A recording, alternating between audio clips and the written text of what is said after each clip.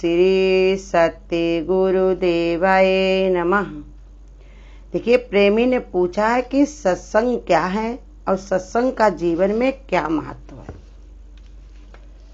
तो गुरु हमारे यही बताते हैं कि बिना सत्संग के कोई मुक्ति नहीं पा सकता है, बिना सत्संग के उसे जीने का ढंग नहीं आ सकता है।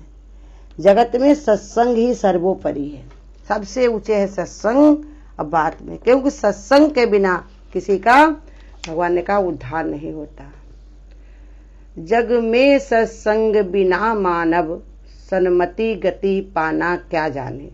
कहा जब तक इंसान को सत्संग नहीं मिलता है तब तक उसके अंदर मानवता नहीं आती है। सन्मति माने सुंदरमति, सुंदरमति माने अपने कल्याण का मार्ग नहीं मिलता उसको, तब तक उसका समझ नहीं होती। देखो, संत मिल जाए और संत के बाद में सत्संग से जुड़ जाए तो फिर भगवान ने बताया फिर उसका उद्धार निश्चित है। सत्संग है मान सरोवर सुखों की खान बंदे, और सत्संग से ही मिल जाते हैं सचमुच भगवान बंदे। जिसको पाना मुश्किल है तप बल की जोर से, प्रभु खुद ही चले आते हैं सत्संग की जोर से। सत्संग ही ऐसा है जिसके सहारे से भगवान को धरती पर बुला लेते हैं भक्त लोग, संत लोग। वैसे भी भगवान ने कहा भी है कि ना मैं बैकुंठ में रहता हूँ, ना मैं स्वर्ग में रहता हूँ, ना मैं मंदिर में, ना मस्जिद में, ना तीर्थ में, लेकिन जहाँ मेरी चर्चा होती, माने जहाँ सत्संग होता है वहां मैं एक पैर से खड़ा रहता हूँ। भगवान की चर्चा होती, भगवान की महिमा का गुणगान गाया जाता है और फिर धीरे धीरे भगवान से सबको प्रीति होने लगती। सत्संग का सबसे बड़ा लाभ यही है कि भगवान से प्रीति होना। और जब तक सत्संग नहीं मिलता है इंसान का जीवन व्यर्थ ही चला जाता है, क्योंकि उसको पता ही नहीं चलता कि आखिर हम किस कार्य के लिए हैं। जब सत्संग में जुड़ते हैं तब संत महात्मा ऋषि मुनि सब जो इसके संपर्क में आते हैं, तो भाग्य से ही निष्कामी हमारे गुरु जैसे जब मिल जाते हैं, इनको कुछ नहीं चाहिए, बस दे नहीं देना, दे नहीं देना, तो ऐसे गुरु जब मिल जाते हैं तब फिर बहुत ज्यादा प्रीति भगवान की ओर बढ़ती है। सारे जिंदगी के जितने दुख होते हैं वो सब खत्म हो जाते हैं, जितने भी दोष हैं वो सब खत्म हो जाते हैं। दुख किस बात का है? मैं मेरे का। दोष किस बात का है? द्वैत का। वही सत्संग खत्म कर देता कि सबके अंदर मैं ही हूँ। दुख क्या है कि मेरे पास नहीं है, उसके पास है। वही ज्ञान जब समझ आती है कि हम और वो कोई दूसरा है ही नहीं, सभी में मैं ही मैं विद्यमान हूँ, सब मेरा ही स्वरूप है, मैं ही सभी में विद्यमान हूँ। तो इसलिए सत्संग क्या है कि सत्संग समझ लो, देखा जाए तो एक बहुत बड़ा ये मणि है। ये सत्संग जिसको मिल जाता है जिंदगी में, जो उसको समझ लेता है, फिर उसका जीवन भगवान ने कहा बदलता ही बदलता है। यह तन विष की बेलरी गुरु अमृत की खान, शीश दिए जो गुरु मिले तो भी सस्ता जान। सत्संग माने कब समझ में आता है? जब गुरु की कृपा होती है। और गुरु को पाने के लिए बता रहे हैं कि अगर शीश भी अगर दे दिया जाए और फिर भी अगर हमको ज्ञान मिले तब भी हमको बहुत ही सस्ता है, क्योंकि शीश हमने कितनी बार रखा है लेकिन गुरु से मिलना नहीं हुआ। भेड़ बने, बकरी बने, कुत्ता बने, पता नहीं कितनी बार सिर कटाया गया। सर तो हमेशा ही कटाया जाता, जलाया जाता, कोई भी शरीर को छोड़ के जाता तो सर तो उसका अलग ही हो जाता ना। सर माने मस्तिष्क, हमारा दिमाग। भले कि उनके अंदर जीव जंतु कीड़े मकोड़े अंदर बुद्धि विवेक नहीं होता, लेकिन दिमाग तो होता है।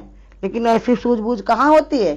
जो गुरु के शरण में झुकाए, सत्संग भजन से ही पता चलता है कि गर्भ भरा मस्तक मेरा गुरु के चरणों में झुकने दो। जब तक गुरु से मिलना नहीं होता, जब तक सत्संग से मिलना नहीं होता, और जब तक मेरा यह अहंकारी सर गुरु शरण में नहीं झुकता है, तब तक हमको जीने का रहस्य नहीं पता चलता है। पहले ये मन काग था करता जीवन घात, अब तो मन हंसा हुआ चुन चुन मोती खात। कहा जब गुरु सत्संग नहीं मिलता जब तक है, तब तक ये मन कैसा बना रहता? काग के समान, कौवे के बराबर, और जी करता जीवन घात, हमेशा अपना ही नुकसान करता है। कैसे? कौवा की कैसे बुद्धि होती? कहते इतना चालाक होता, 4 बजे गंगा में नहा लेता है, लेकिन खोदता क्या दिखता है। ऐसे ही सब संसार में लोग कहेंगे हम ये बड़ा काम करते हैं, हम वो काम करते हैं, हम तीर्थ करते हैं, हम पूजा करते हैं, पाठ करते हैं, मंदिर जाते हैं, और साल में एक बार कहीं कोई व्रत उपवास रख लिया, कहीं कोई सत्यनारायण कथा करा दी, बस उसी में ही काँव काँव करते रहते हैं, लेकिन अपना जीवन इसी में चला जाता, वाहवाही में। कहीं भंडारा में, कहीं कोई भी, इधर 4 जगह से लिया, उसके बाद उनको कहीं पर भंडारा हो रहा वहां पर दे दिया, उसी में से कुछ काट कूट के अपना बचा लिया।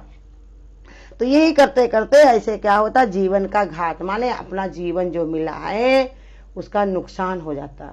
जो काम किया है वही काम ना करे तो फिर भगवान ने कहा काम क्या हुआ भाई। संसार में मनुष्य का शरीर किस लिए मिला है? बैठ साधु संगद भज हरि नाम, भगवान की भक्ति के लिए मिला मनुष्य शरीर है। लेकिन वो करता नहीं, अगर दूसरा काम करता है कौवा की तरह मैं काव काव काव काव, तो उसका बेकार। लेकिन वही सत्संग से अगर जुड़ जाए, गुरु की शरण में चला जाए, कोई भाग से सत्संग मिल जाए, तो वही मन हमारा जो है हंस की भांति हो जाता है। तो उसकी चोच हो जाती है खट्टी, तो वो मोती ही चुन चुन खाता, माने फिर उसको साध संगत के अलावा और कुछ अच्छा नहीं लगता है। उसको सिर्फ फिर भगवान की भक्ति अच्छी लगती है, संत महात्मा ही अच्छे लगते हैं, क्योंकि वो सार को जान लेता है। गुरु कहते सार को जान लिया कि सार यही है कि जिससे प्रेम करो, सब परमात्मा स्वरूप है, तो संसार से उसका मन फीका हो जाता है। प्रेम चोट जाको लगे फिर सूझे संसार, और छलिया उसको जानिए कपटी और मक्कार। प्रेम जिसको भगवान से हो जाता है उसको फिर संसार से कोई ऐसे भी प्रेम नहीं होता है।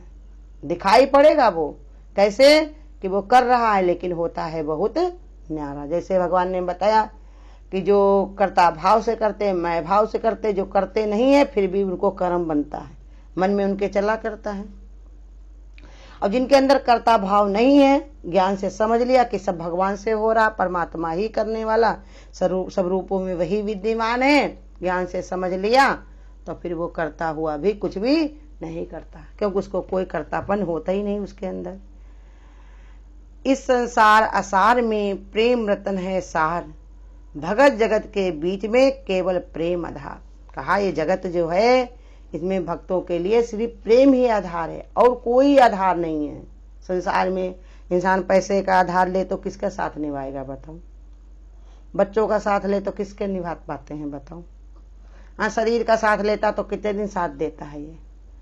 कोई चीज, सांस का तुम सहारा लो के आज नहीं कल करेंगे तो क्या कोई जरूरी है कल तुम्हारे पास सांस हो? तो इसलिए समझा रहे भगवान, आधार तो खेल एक परमात्मा का ही है। अब ये सार हमको कब समझ आता है? जब हम सत्संग से जुड़ते हैं, सत्संग में जब जाते हैं, गुरु की जब कृपा होती है, तब हमारे अंदर ऐसा विचार आता है कि कितना हमने अपना जीवन सब बर्बाद कर दिया, कितना अच्छा हम अपने जीवन को संवार सकते थे। लेकिन हमारे गुरु कहते कोई बात नहीं, बीती ताहे विसार दे, आगे की सुध लो। एक घड़ी भी अगर तुम्हारे पास है, उस समय भी अगर तुमने भगवत भाव बनाया, अपना शुद्ध विचार बनाया, तो तुम्हारा उद्धार हो सकता है, क्योंकि अभी तुम मनुष्य के शरीर में हो। एक मनुष्य ही अपना उद्धार कर सकता है। गुरु कहते हैं वैसे तो हर एक मनुष्य के कंधे पर जिम्मेदारी है कि जितने लोग उसके संपर्क में है सबको भक्ति भाव जुड़े, अब सबका कल्याण हो, सबका उद्धार हो। लेकिन अगर इतना ना कर पाए तो अपना तो करके जाए, कम से कम अपना कार्य तो करे। तो वो सत्संग में जुड़ने के बाद में सारे उसके अंदर से दुख दूर हो जाते, क्योंकि दुख इसी बात का है कि ये संसार में जो कोई हमारा सम्मान नहीं करता, मेरा कोई मान नहीं करता, और हमारे पास ये चीज नहीं, हमारे पास वो चीज नहीं, उनके पास ऐसी है, उनके पास ऐसा है। लेकिन गुरु शरण में जाने से गुरु सबसे पहले यही हटा देते हैं कि दुख मैंने बनाया ही नहीं, तुमने मैं बना डाल करके दावा डाल डाल के अपना दुख इकट्ठा किया है। दावा हटा दो, मैं अपना हटा दो, तो कोई दुख है नहीं। हमारे पास हो या तुम्हारे पास हो, सब है तो हमारे ही स्वरूप। जैसे एक माँ अपने बच्चे को खिला करके खुश होती, हमने खाया या इसने खाया, ऐसे ही भगवान का भक्त जो होता है सब में अपना ही स्वरूप देखने लगता है, तो उसको कोई भेद दृष्टि नहीं रहती। तुम खुश तो हम पहले ही खुश। इसलिए ये गुरु कहते हैं ज्ञान विचार का प्रचार प्रसार भी होता है। हमारे दादा भगवान को जब ज्ञान मिला बहुत आनंदित हुए, तब उन्होंने यही विचार बनाया कि यही आनंद मैं सभी को बांटूंगा, सभी को सुख मिले, सभी को आनंद मिले। जितनी सब काम क्रोध की लोभ मोह की बेड़ियों में सब जकड़े हुए हैं, उनकी बेड़ियां कट जाएं, अब बढ़िया खुश हो करके भगवान ने कहा आनंदित रहे। तो कहा पहले दुख मिट जाते हैं। और सबसे पहले दोष, संसार में हम सबके दोष देखते रहते हैं जब तक हम सत्संग में नहीं आते, और जब सत्संग में आओ तो धीरे धीरे अपने दोष दिखने लगते। हमको ये मालूम है कि हम जाएंगे संसार से तो जाएंगे तो आप पहले हमको ही जाना पड़ेगा, हिसाब किताब हमको देने पड़ेगा।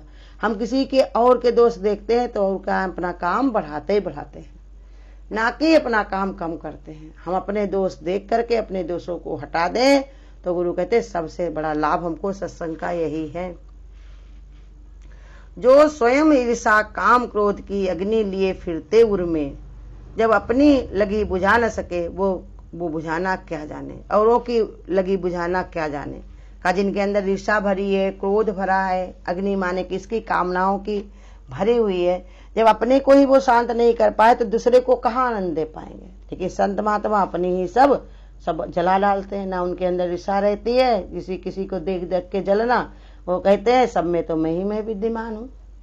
और भगवान ने कहा ना ईर्षा रहती है ना कोई क्रोध आता है। क्यों क्रोध क्यों नहीं आया कि सब भगवान का है, भगवान जैसे भी बनाए जैसे भी रखे, हमको इसमें परेशान होने की क्या जरूरत, सब जिम्मेदारी तो भगवान के पास में है, इसलिए क्रोध नहीं आता। और जब वो अपनी बुझा लेते तो दूसरे की भी बुझा देते। सब रोज रोज सत्संग में बैठते हैं तो धीरे धीरे अपने आप ये कामनाएं कहाँ चली जाती हैं, इच्छाएं कहाँ चली जाती, कोई जान नहीं पाता। बीमारियां कहाँ चली जाती, सब धीरे धीरे खत्म होने लगती। जैसे ही भगवान जी बताते हैं कि कहीं पर नदी हो या पानी भरा हो, तुम उसके नजदीक जाते जाते ही तुमको ठंडक मिलने लग जाएगी। इसे ऐसे ही सत्संग बताया है। क्या है, सुख का वृक्ष है, सुख का वृक्ष है, कामधेनु गाय है सत्संग। जैसे कामधेनु गाय होती है, उससे जो भी मांगो वो तुमको मिल जाता है, ऐसे ही बताया सत्संग भी। नंबर 1 तो कोई इच्छा रह नहीं जाती है, सत्संग का ये लाभ है। अब अगर कोई इच्छा है भी तो वो भी भगवान पूरी कर देता है, क्योंकि वो जान जाता है भगवान कि अब हमको बार बार संसार में नहीं आना है, तो इसके सारे कर्मों को हम पूरा करा दें, सब कटवा दें, क्योंकि अब ये हमारी तरफ मुंह कर लिया इसने। हम ये नहीं चाहते कि ये घूम के संसार को देखे, इसलिए उसके अंदर ऐसा विचार आता है। और जो सत्संग भजन से नहीं जुड़े हैं तो वो अपने को ही नहीं सुधार पाए तो दूसरे को क्या सुधारेंगे, कैसे बताएंगे।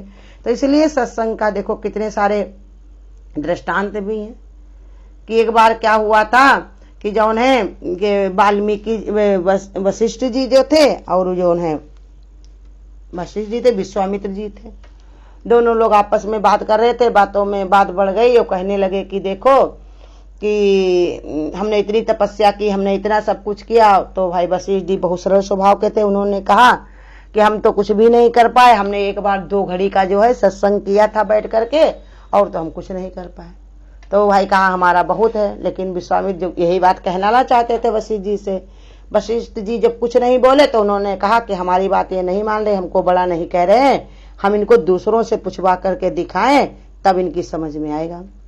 तो वो सबसे पहले ब्रह्मा जी के पास में गए और कहने लगे हमारा बताओ कि हमने तो 6000 वर्ष तक तपस्या की है और ये वशिष्ठ जी ने 2 घड़ी खाली सत्संग किया है, इनका फल बड़ा है कि हमारा। ब्रह्मा जी ने कहा भैया हम ये सब नहीं जानते हैं, हमारे पास इतनी सृष्टि रचने को पड़ी हुई बहुत सारा मेरे पास काम है, इसलिए तुम जाकर के शंकर जी से पूछ लो। शंकर जी के पास में गए। शंकर जी ने कहा भैया हमारे पास बहुत काम है, सब मर मर के चले आ रहे, वही सब देखा जा रहा, हमारे पास छुट्टी नहीं है।